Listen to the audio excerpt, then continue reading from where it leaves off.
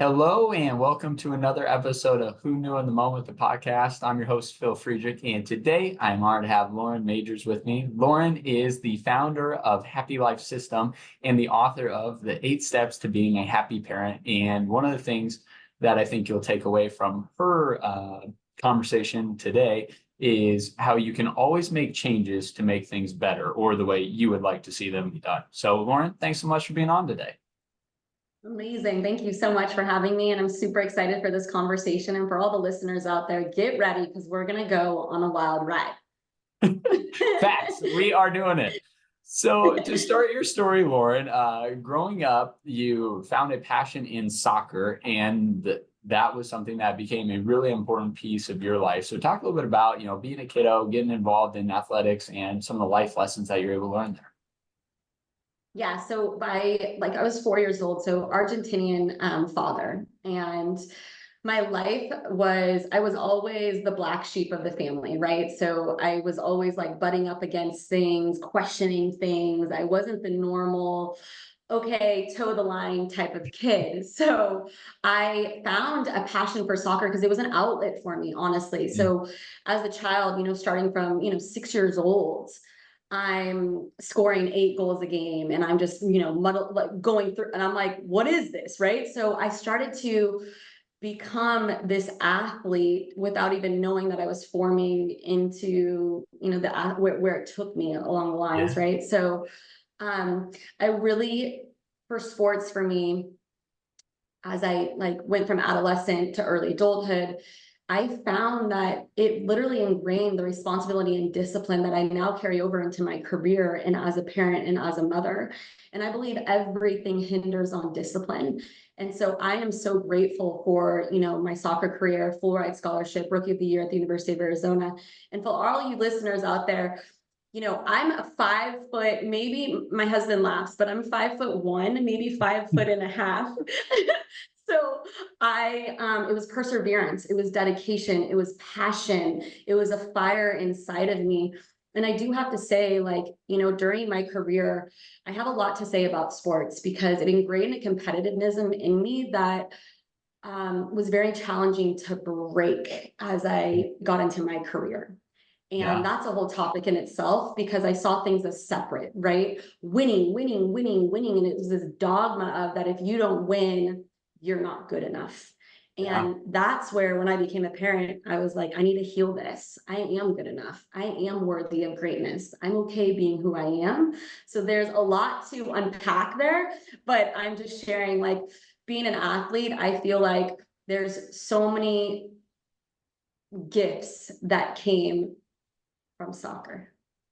Yeah. Well, so let's dive into a couple of things that you commented there. I think one is it's a big miss for people if they don't realize that so many of the skills and maybe life lessons you can learn from sports are very transferable to real life, right? For me, I had the fortunate opportunity to play basketball in college, not at the Division I level, but play. And what I share with people is I learned a lot of really hard life lessons in the confines of basketball. And it was a lot easier to learn it that way than once I started a job or once I was in a, corporate type of environment. And so maybe talk a little bit about that, some of the life lessons that you learned, but also, like you mentioned, some of the great traits that you had and how that helped you once you got into maybe a working.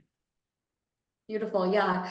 I always talk about the aspects of life. We are human beings in this physical experience. And I believe that every human being wants a sense of belonging, number one. So the teamwork capability is what I carried over into my career and into my family. And that was the number one thing. I'm reading this book, Do Hard Things, and it talks about the sports industry and how the sports industry really relates to parenting, right? So when we come in to team environments, it's all about collaboration. It's all about building from everyone has the same initiative and the same goal. And that's what I really utilized when I built my companies. But at the same time, I found myself as captain, right? Coming from this leadership standpoint, that was really a place that I found myself where it was all or nothing. Mm. And that's really where the healing came from. I was so competitive. Like, I'm not joking, you felt like when I had my kids, we'd be playing ping pong, and my husband's like, Lauren, he's 4. And I'm like, I don't care. I'm winning. You know Yeah. what I mean? Like it was like that moment when, the competitiveness of life, but that's how life is. And I Mhm. think people need to understand that happiness, I talk about the happy life system and what I've invented and created. Happiness is about going through the challenge. It's about learning how to cope. It's about learning how to pivot. And in sports, that's what you have to do. You're going up against a team that's different, that has a different way, whether it's zone, whether it's this defense or whatever. And it gave me this mental mindset, right? To be able to frame my experiences in a way where I was always challenging myself with opportunities of how I would compete. And that really translated into my career. Every client's different, every child's different. And it gave me like this roadmap, neurological roadmap for me to decipher each moment in my life. Absolutely. I love that. Now, if I understand a couple stories correctly, though, simultaneous to finding a passion in soccer, you also were maybe an entrepreneurial minded person, lemonade stands, and maybe, had some incentive from parents to, hey, if you score a certain amount of goals, maybe there'd be a financial reward there. So talk a little bit about, that aspect as well as you're growing up. Yeah, so I have been independent since the day that I came into this planet, right? I always was, no one is going to define my destiny. I am going to create my destiny. And so whether that be soccer, whether that be an entrepreneur, whether it be financial freedom, whether that be with my family, I'm going to do it. I will claw and scratch until I get there. And that's the determination and the dedication and the resilience. And so for me, I always, not knowing whether it was a lemonade stand, I was always building companies when I was little because I was like, financial freedom. I don't have to rely on others for that independence. I can create for myself. I can buy for myself. I could do for myself. And so that really built that self-efficacy and confidence within me to be able to go, hey, wait a second. Like, do I want to work a 9 to 5 and go to a bill? No, I don't want to do that. I want to have full autonomy of my life. I want to work wherever I can work. But I'll tell you right now, that journey has been one of the hardest journeys. And if you look at any great teacher, any great entrepreneur, it's in the journey Mm. that you discover really who you are. It's not giving up is where you discover who you are. So, when I look back at my life, I was always searching for ways to elevate my experience. And as my parents, when I was playing soccer, my dad would say, hey, listen, you score a goal, you get X amount of money. I didn't know at the time, to me that was love with condition. And so what that led to was, if I don't do, then I'm not worthy of. And when I became a parent, I realized I have to heal this. Because, and in business too, like if I don't close a contract, if I don't land a client, like it was this mental thing in my mind that I would try to deal with.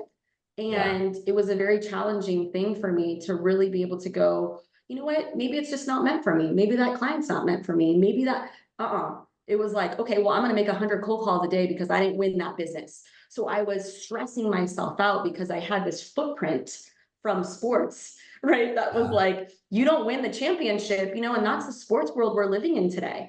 It's a very hard road. So for any listener that's out there, I want to entertain this moment of just saying, Sinner talks about this. He just won one of the biggest grand slams in the tennis ring. And he said, I had the most amazing parents. And the reason why I have the most amazing parents is because my parents let me decide if I wanted to play tennis. Mm. Being a professional athlete, D1 athlete, is not what you think it is. It's not the glitz and the glam all the time, And so the soul, the spirit has to be ready to take that on. Yeah. Well, so I love what you said, and I also find it as there's probably a balance to both sides of it, right? There's probably an element of that competitive nature and that desire to accomplish that helped you get to where you're at, but there's also then the flip side of it is the self-worth in the end result of it, or is the self-worth in knowing who you are, knowing, parents care about you, significant other is going to love you regardless of the end result, even though that sometimes we feel that way. So talk about maybe that balancing act of having the competitive drive, because there's a lot of pros to that, right? But then also knowing that at the end of the day, if the end result doesn't go maybe the way you'd like it to go, there's still value and self-worth in who you are and in your maybe pursuit of the goal, not just in accomplishing it.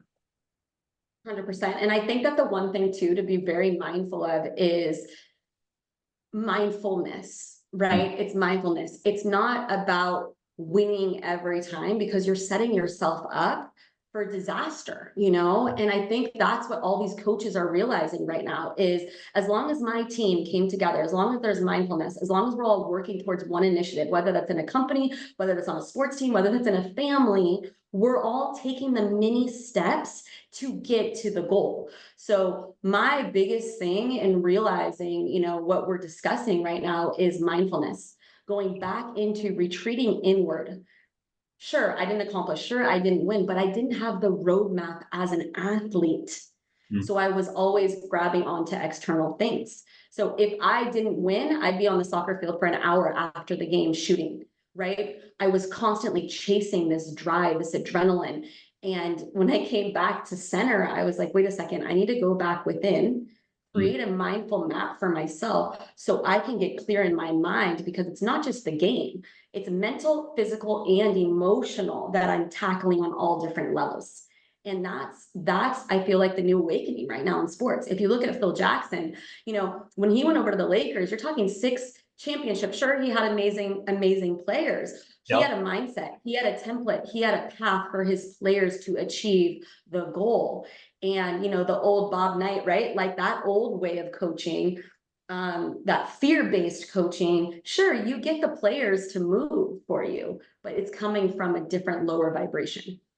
So I think this new vibration of connecting with players, building teamwork, understanding mindfulness is really what allows the actual individual to open up and elevate to a new level. That's so good.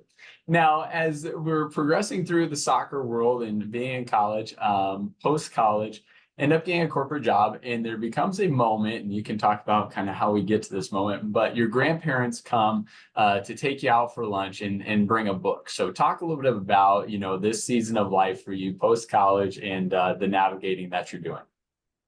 I love this. So I just have to say, foundational principles were not part of my upbringing. I knew nothing about like the laws of the universe. I knew nothing about, you know, energy is your vibration, is your potency. So going back into sports, it was all or nothing. I honestly like bullied my teammates. Like if we don't win, we're like, it was like a whole different person. And what I realized in my early adulthood was, sure, I have the accolades. And I just, for all the listeners, it's not about what's on paper. It's about the individual that actually creates that happiness. And I had that. I had the awards, I had the scholarship, I had all the newspaper articles. But honestly, Phil, I was empty inside because I didn't know my path and I didn't know my purpose. So where do I go? Las Vegas. Oh yeah, I go to Las Vegas. I'm like, okay, I've been playing soccer since I'm 6 years old. I'm now 20, whatever. I'm going to Vegas because I wanted to release. I had all this pit up energy. You know, you're talking about 6 soccer games a week. I'm training every single day, you know, all of this stuff. So tournaments, you know, 6 soccer games in a tournament on Saturday and Sunday, right? So I'm like, I need to let loose. And again, it shows you there's no mindfulness map. So I'm in Vegas. My grandparents show up and they give me the book, The Secret. And at the time, I had never seen anything like this. I was never a reader. And it was literally on my counter, fell on the floor, and it opened up to the law of cause and effect. And I was like, wait, there's universal principles like of this planet. I'm in big trouble. I've been playing by my own rules. I was like, exactly. I've been playing by my own rules, thinking that I'm separate from the oneness and my energy and all of these things. So I immediately, it was like a flash of lightning that radiated my spirit. And I was like, whoa, what I give and what I put out will come back to me as the law of energy, right? We are energetic vibrational beings. The way we think, the way we act, how we feel, all creates a residency of what we're attracting in our life. Whoa. And that was literally my aha moment. I know we all talk about these aha moments, but it was a remembrance. And being, they always, like, as I was a child, it was always, you're an old soul, you're an old soul, you're an old soul. That was the moment that I was like, oh, I'm remembering now. So for me, it was really about, I didn't have the path, I didn't have the roadmap. So here I am clinging to external things to fulfill my happiness. Because in our society, we are not taught to go inward, we're taught to live externally. And it's what we do, not who we are.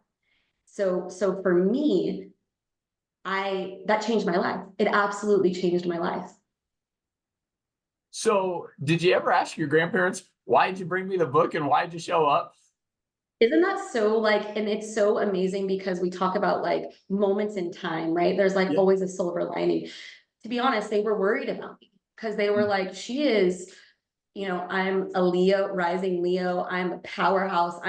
You're not gonna tell me I'm gonna go, right? So I play blackjack. My husband can't get me off the blackjack table. He's like, let's go now. I'm like, no, let's keep playing. So I asked them, and the book was gifted to them, and they found so much value in it, they passed it on to me. So what that did is I went on the deepest dive of research and discovery of the universe. It sparked, I'm studying everything from Confucius to the Bhagavad Gita, to the law of cause and effect, to Socrates, to Aristotle. I am in this world of, what did the great philosophers say? Oh, wait. Yeah. Nikola Tesla, right? We're talking about vibration, 3, 6, 9, 12. Whoa. And to me, that was a whole new world of discovery that I don't even think my grandparents went into, but it sparked me to go to that next level. I love it. So as you're living in Vegas, eventually in your sales job, you're having success, but eventually you fly to LA for an interview and are contemplating a career switch or a job move. So talk a little bit about hey, maybe my time in Vegas is coming to an end, or maybe it should be coming to an end. And by the way, that was 6 months. So I was like, my soul was like, okay, we're done with this. You know what I mean? Because it's only so much you could go out, or you could, like, what are you actually doing? So I'll never forget, I was at a dinner and they were like, what are you doing here, Lauren? And I go, honestly, I don't really know, but I know something's calling me higher.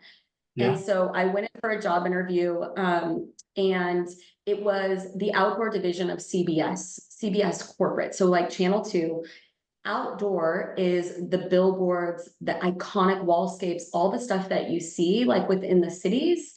There's a whole world in the universe of media that's sold, through this outdoor division. So me being the entrepreneur, I'm like, wait a second, billboards, I got this. You know what I mean? I just cold call, and this goes back to sports. It's like 100 cold calls a day, fill the pipeline. Like, I knew how to do that, right? Shoot 100 goals before you leave practice. So I'm like, sales, anything in sales, I got. Yeah. So from Vegas, took the job in LA, moved back to LA, and I literally lasted, I was there a year, and it was like Jerry Maguire. Like, it was seriously the boiler room, like Mad Men. Yeah. 40 people on the sales floor, pounding, everybody jumping over. Back in the day, we look at like Wolf of Wall Street or penny stocks. Yeah. Very much the same, right? Yeah. And so it's all about, getting ahead. And it was, again, I found myself back in this competitive environment that wasn't allowing me to heal myself because I needed to put on that mask to perform. Yeah. They got the sales board, right? Number 1, number 2, right? I'm like, I gotta be number 1. So within a year, I climbed the ladder and I was number 1. Now, here's the epiphany. This is when you get the insight, for all the listeners, listen. Because sometimes we ignore that voice. So after a year, I'll never forget, I was sitting in my place in Manhattan Beach, and I was like, wait a second. I just sold X amount of dollars, and I'm only getting 3% commission. I could do this on my own. Yeah. I could do this on my own. I'm like, I cold called all these clients. All these clients work with me. I've been with them. They've only bought billboards because it was me that's, worked the energetically, going back to the energy of it. And I was like, I'm out of here. And that's what catapulted my entrepreneurial career. Yeah. So talk about taking that leap, right? I think, today you can look back and we'll get to, your growing business and how successful it's been. But I think, there's that element of like, but now it's all on me, right? Right now, there's an element of like, maybe I got a base salary and I've got commissions or, a bonus that comes in. But if I leave, now it's all on me and I have to do that. And I think there's a certain level of confidence that takes to make that jump. But I would wonder, I know you said, hey, I was kind of masking some of my healing with accolades. Was the healing process before, after? And I mean, it's always a journey, but did you start the journey before you made the jump into your own business, or was that after? No, that was after. Okay. And my story is so complex, and stay with me, guys. I know this is like, stay with me here. But when I left, that was when it went 10x. Mm. And I don't settle for mediocrity. So I will do whatever I need to do to be extraordinary. It's just the way that I was bred. It's the way that it's just who I am. So if that means that I'll stay to the office and 500 cold calls, if that means I'm in New York City and I'm going, pounding I'm okay with that because I won't settle. So when I made that decision, it was almost like I sealed the deal within myself. That's like, you got to keep the lights on. Yeah. Right now, it's a whole different thing. And this is why we talk about the comfort zone of humanity. Some people like to have the paycheck and they like to have, for someone like me, I want to create my own destiny. And this was Yeah. where I had to step it up. Mm. So in lieu of that, my husband at the time, we were both working at CBS and we left together and he was climbing the corporate ladder himself. Yeah. And I want to share, he was there for 10 years and we had connected when we were there, and he had two boys at the time, and Yeah. he had a tragedy happen in his life. And so fast forward a year later, when I was leaving, we decided to be together and I adopted his two boys. So I'm 23 years old. I have two kids. I'm starting a new company by myself, commission only, not one investment dollar with my husband. Yeah. So you could imagine the undertaking of this, right? Yeah. So flip the switch. I was just in Vegas nightclubs, right? Right. I'm Yeah. like, like this is a whole different world for me, but I was ready. And I was ready to take it on. So by the time I was 26 years old, I had four kids building a media empire with my husband. Yeah. So earlier you had mentioned, hey, there was a lot of focus on myself. And once again, I think there's elements that are really healthy of being, focused on yourself and growing, developing, maximizing. But when you do that for a long time, you kind of get in, habits and routines that are very driven towards what do I need? And then all of a sudden you add a spouse in it and kids in it. And all of a sudden it can't just be about, well, what does Lauren want? It has to be, well, it can be just about what Lauren wants. It probably just won't work very well for very long. But it has to start being about, kids and spouse and all those other aspects. So talk a little bit about how you found that in yourself, that ability to not just focus on Lauren's needs, but being open and, willing to sacrifice in, the attempt to be a great spouse and a great mom. Mm. It was always my dream to have a family. Like I have so much love for children. Like I get emotional talking about it because I love kids. Like I always knew I want children. Like I want to adopt. I want my own babies. The love of a child is the greatest joy you will ever have on planet Earth. And so I always knew this was my destiny. Like this was what I wanted. Sure, I didn't know I was going to marry this man and I was going to adopt his boys, but they are my kids. They are my children. Like it's like the mothering of being able to guide another human unselfishly to bring their gifts to planet Earth was when it all started to click in for me. And so my number one thing that I always speak to was when children came into my life, that was when I realized it's not business, it's not Mm. soccer, it's family. Yeah. And coming from the family that I came from, I wanted to create a different type of family, Yeah. unity, unification, love, where everybody's thriving together, contribution, sense of belonging, magic, play. And this is when all of the happy life system was sparked within me, where I was like, where's the system? Yeah. Where is the system to raise this conscious, empowered, extraordinary human that can fulfill their life purpose and be a beneficial presence on this planet? Because if you look at the little Lauren, she didn't have that. She had all this stuff on paper, but she was a lost soul. So it was my duty and obligation and responsibility to give that to my children. I love it. So talking a little bit about the system, because at this phase in the game, we're starting to have the idea of, well, I got to raise it, or, we have a family now. It's putting those pieces together. I think something that, I don't know if you said it this way, but it's the way I interpret it was, businesses have an idea of where they want to go, but very rarely do families have an idea of where they want to go, right? There's not necessarily, to your point, that unified sense of like, this is what we're, progressing towards. So talk a little bit about independently raising people, and at the same token, having kind of those, goals as a family, or the way that you want to, have your home be run, essentially. Once again, I'm using business terms, but for a whole family. No, I get you 100%. I think, and I just want to peel back the layers here, is when I started my business, I realized sports, business, and family all have the same common thread. It's teamwork.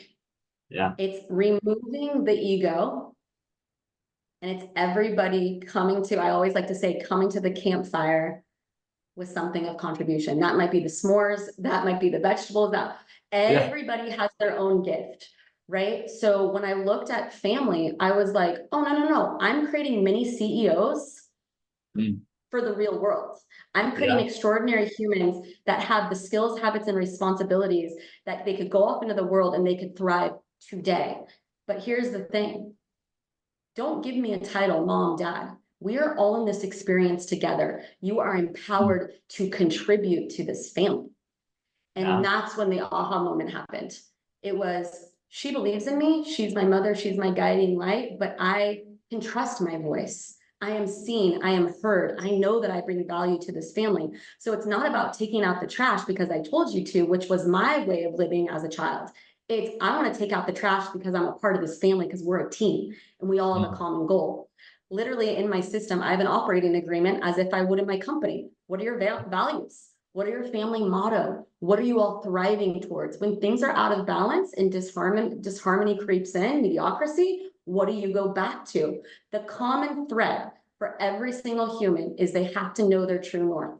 If they know their true north and we take the time to establish that, we live at a higher vibration of life. Chaos creeps in when people don't know their role, when people are working from this place of checking the box, so from my companies to my family, I was like, whoa, this is the teamwork that we are building together. And we all do the same thing. So let me talk about my morning routine. We wake up in the morning. We all take hot showers, then we take cold showers, then we do our remedies and our green juice, then we do our gratitude journals, then we do our rebounding. It is a collective team effort. So vibrationally, we're so strong. So you don't go out to the world and get hijacked, right? We have the foundation to be able to go, the pivot's here, negativity, not going to buy into it. We live positively, right? Every child needs that. Every human needs that. And so the system was really birthed off, what did I need as a little girl? Yeah.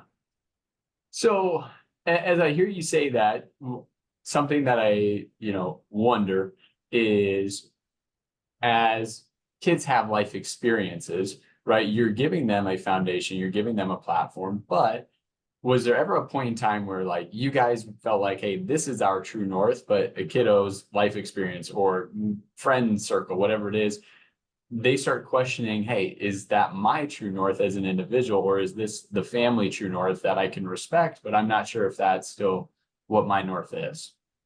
That's a great question. I believe in the law of vibration. And vibration is what creates happiness, peace, joy, magic, all these things. So as a role model, if I'm holding a vibration of going, hey, I'm going to wake up every day and be as positive as I can. But I just want to let you know I'm in this experience and I'm going to make mistakes. This is when the healing started to happen. This is when the authenticity came through. I don't have it all together. You could see that my vulnerability is what impacted my children to honor and respect me. So when I said, hey, here's the path, they're like, Mom, we got this. It was more of a best friend in a friendship role versus the dogma of my house, my rules. Yeah. So our kids, our kids never strayed off the path because me and my husband were so holistic and so real and so organic in a way where it's not like we're waking up and we're doing this. We're like, hey, we know these certain skills. We know these certain habits. We know life can get hairy, but let's go back to this. You know, I talk about the mud and the murk with my kids. Just the other day, yesterday, I was just like, I'm having a challenging day. They appreciate it so much because it allows them to be okay with having challenging days as well. And so what I can say to all the listeners, whether you're a parent, whether you're not, going back within and really reviewing what are the masks that you wear. And this is in my Crack the Parenting Code. And literally Nick took this and he was like, I don't have kids yet, but this is for everybody because I talk about the beliefs and the programs that are running your life. Yeah. What are they? What do we believe we have to do in order to feel worthy for our kids? Is it the traditions? Is it like, what is it? What are the masks that we wear? So a child doesn't want to be told what to do. A child doesn't want to be micromanaged. A child wants to be liberated and believed in and empowered. And when they are, the game changes in parenting. I love it.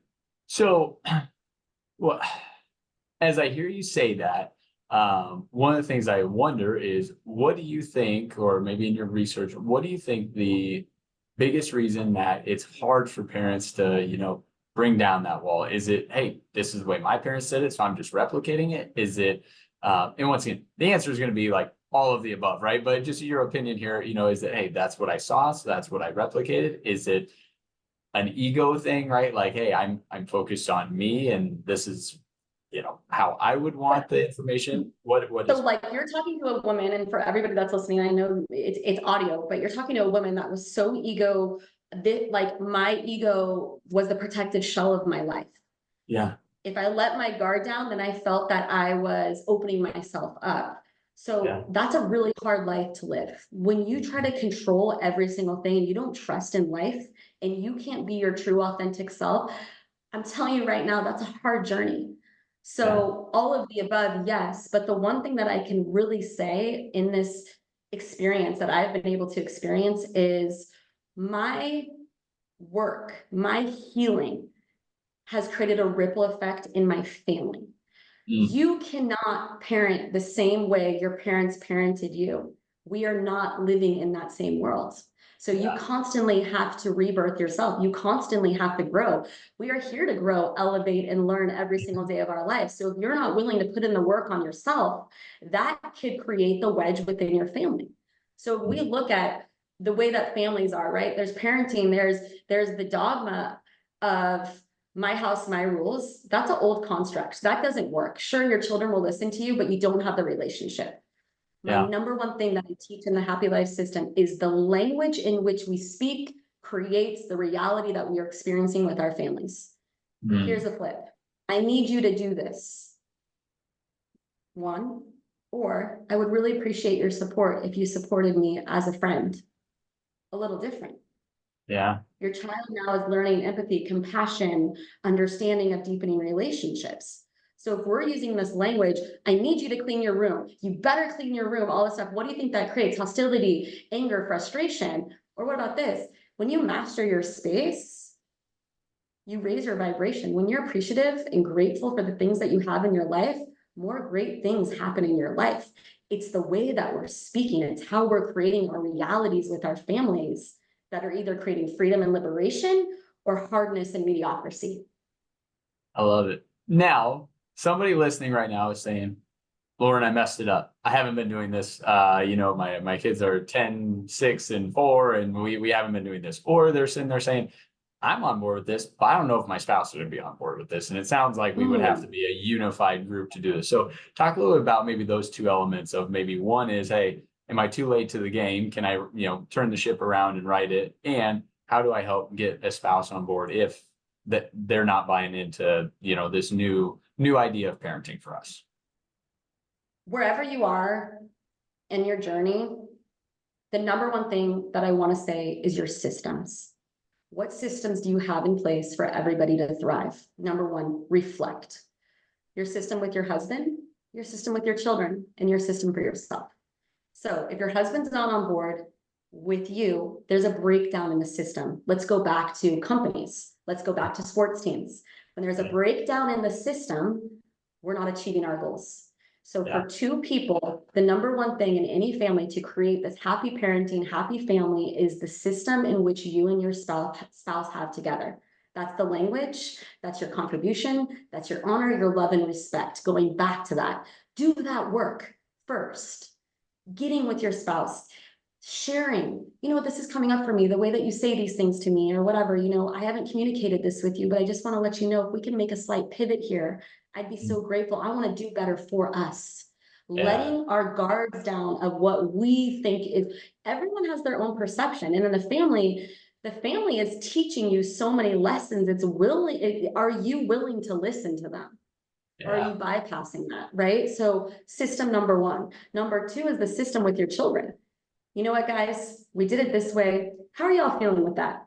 On a scale of 1 to 10, are we at a 6, 7, 8, 10, right? Review. I always say interview your children. You know what I do that's so impactful is I literally sit with my kids one-on-one and I go, how am I doing as a role model? Wow. And they're like, what? And I'm like, I want to review. What could I work on? What could I do better? How could I help you? I literally ask my kids and they're like, they give me feedback on my parenting. And it opens up a space and a bridge for us to connect because I don't have it all together. And that's where parenting, whether it's your relationship with your spouse, whether it's with your children, whatever, when you could be vulnerable and you could say, I want to do better so I could be better, so I could live better. That's where you unlock a different dimension of reality. And so, sure, to this point, you thought things were going great, but are you living at are you living at peak performance in your home? And what could you shift and pivot to make it better? And isn't that what we're doing? We're stacking mini goals every single day so we can live better and have a more joyful experience. I love it. I love that. That's great. So we got a little bit of ways away. You and Brad start a business together though. And once again, you take your skills and you're developing this great family, but you're also running a business, and the business has a wildly successful run, or is wildly successful. Talk a little bit about, taking the skills and the knowledge you already had, doing it for yourself, but then scaling and growing.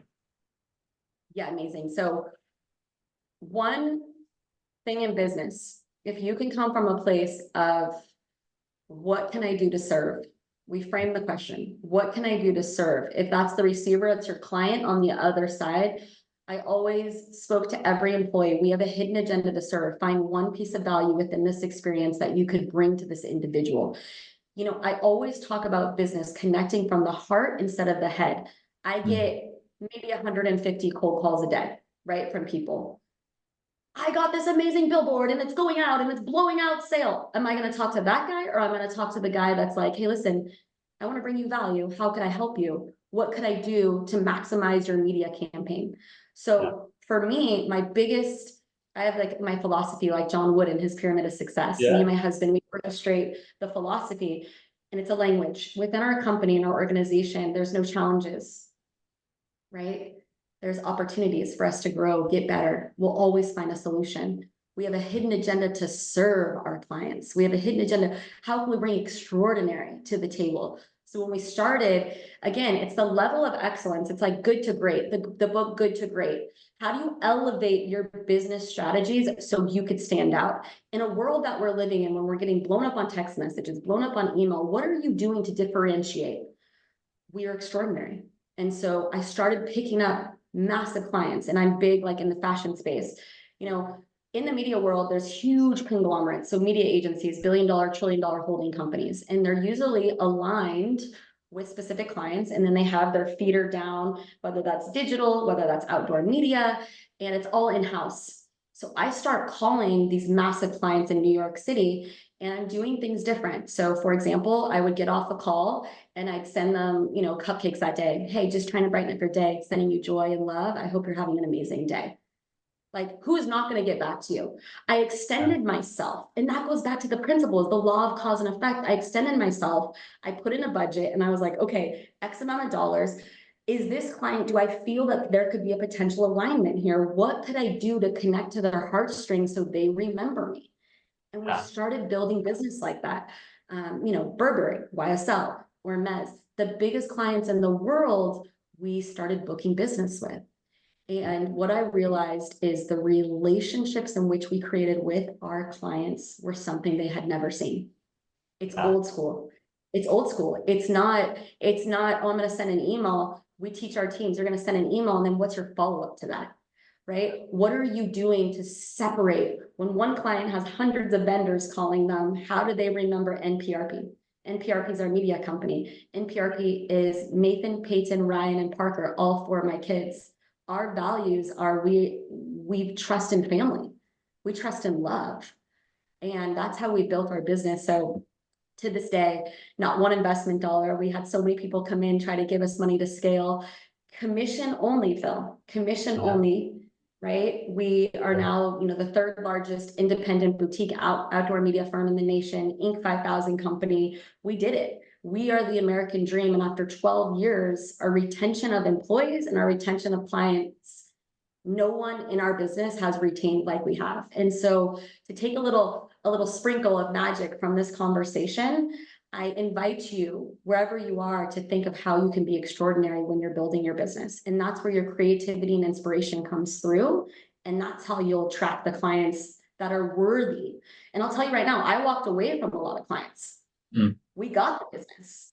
But my boundaries, my healing, and my self-love, and what I wanted to entertain wasn't in alignment. And that's when our business started to pick up. When I said, thank you so much, I really appreciate it. Sure, you're a multi-million-dollar account, but I believe that my time and my energy is more warranted with a different client. Can you imagine? Yeah. Right? The boundary that you're setting. I'm not going to sacrifice my energy, you know, beyond, I was on, you know, working 20-hour days, raising 4 kids for somebody that's ungrateful. I'll find someone else. Yep. So talking about, you know, growing a team, and once again, I think some of the constructs we talked about in the family dynamic are clearly getting applied to the business team dynamic as well. And, you know, you talked about, hey, we have a great retention. So, you know, is that something where, once again, thinking of that true north, that the two of you are really showing the true north as the company grew? Did you have, you know, a leadership team that started to add, you know, hey, we think this should be a staple of the company? Or as you scaled, how did that, you know, that true north change, or did it always stay the exact same because, hey, you guys are still at the helm of it? Our success is built on I can do anything and everything to support. I had an employee yesterday say to me, I have never in my life seen a boss work as hard as you do and are alongside us, motivating us every single day. I've never seen it. I am the maitre d', I am the dishwasher, I am the CEO.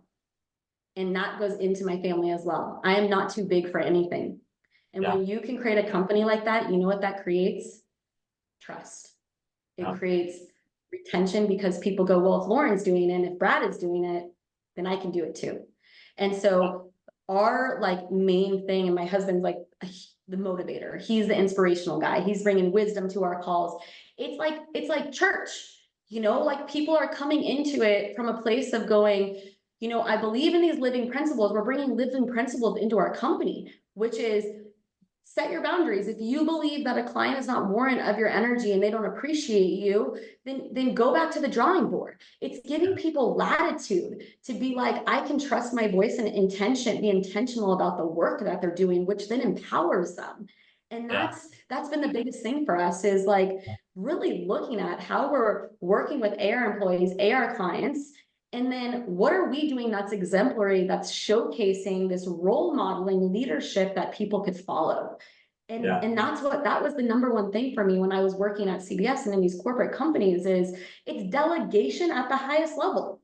Yeah. It's not, let me do this with you. It's do this. And if you don't do this, you're going to get fired. And I knew that there was a different way. I knew to think differently. I knew to be differently with people. And we outlined a structure within our businesses and within our homes, you know, but I do want to say my carryover from my sports in the media world, I was at the creme de la creme of my career. People were very scared of me. And that was fear. I was using fear because I'm thinking, wow, I'm commission only. If I lose a client, what do I do? And it went back to my sports. I was like, this is not good. I need to heal myself so I could show up and be a better leader. And that's really when I came to grips with that, I was like, this is the work that's now going to impact our company, our family. So for everybody that's listening, if you're ready to do the work and love yourself and learn how to love yourself, that's really when your life starts to take off. And I could say for myself, even under the stress of building the company and raising kids, I wasn't a happy person because I was so fearful. I was so fearful and I was protecting all these things. And once I opened myself up to, I can trust others. I can be aligned with others. I can guide others from this place of, sure, if they make a mistake, it's not all or nothing. Yeah. It's teaching, it's coaching, it's guiding. And so fast forward to this day is like getting letters from my people that are just like, you are the most like resilient, amazing person I could ever learn because you're always wanting to learn. And I always talk about always being the student and never being the master. If you can do that in the business world and with your family, you got a lights out combo.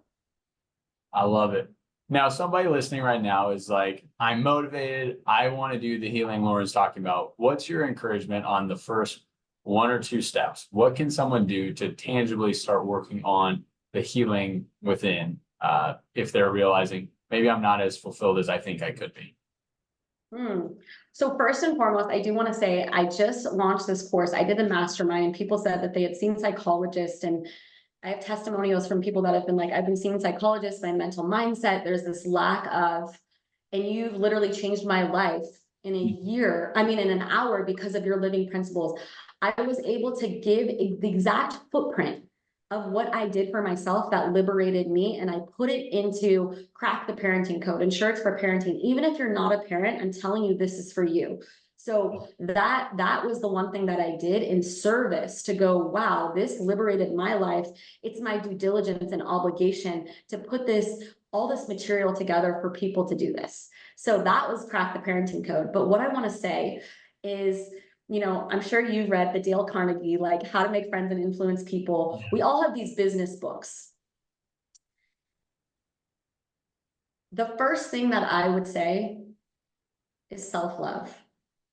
And when you can get a simple gratitude journal and start to build a relationship with yourself. We're taught to live so externally, right? It's how we look, it's how we show up, it's what we say. I want you to stop, look yourself in the eyes in the mirror today. Can you look at yourself? Do you know yourself? Can you cry in the mirror? Can you be vulnerable with yourself? Every single thing comes back to the relationship that you hold with yourself. So self-love to me is the number one attribute that anybody can have to live a happy life. If you don't love yourself, there is no way that you could show up, lean into being joyful. You can't. You could put on a mask and pretend, but it's not authentic. So self-love is the number one thing I would say to start. Gratitude journal. Gratitude and appreciation. Gratitude unlocks the happiness in life. It really does. The more we can be grateful for, the more that we can have radical awareness and be intentional about everything we do, we uncover a different way of living. So the starting and the healing, self-love is about going, I got 3 affirmations here, and I'm going to practice them today. Because you know what? I've never done that before. When I started doing affirmations, I was like, okay, Lauren. Like I was literally had like, you know, the devil and the angel on my shoulder going, okay, like, you know what I'm saying? Like, it was a really weird thing for me. And then I started to believe it. I am worthy of the most beautiful life. I love myself, any challenge that I come up against. I honor myself because I'm putting my best foot forward every single day. I'm telling you right now, once I put those skills and habits into place, my life started to change. I gave myself a pass. I let myself rest. I started to believe in myself, not for what I did, but who I was. I love it. Well, Lauren, we could spend hours and hours on all of these Yes. topics. We'll have to do another recording at some point and highlight more. But I want to say thank you so much for sharing your journey and just all the amazing things that you've done and are continuing to do. Folks, go get her course, get her book. And Lauren, where would be the best spot for them to go look for the course?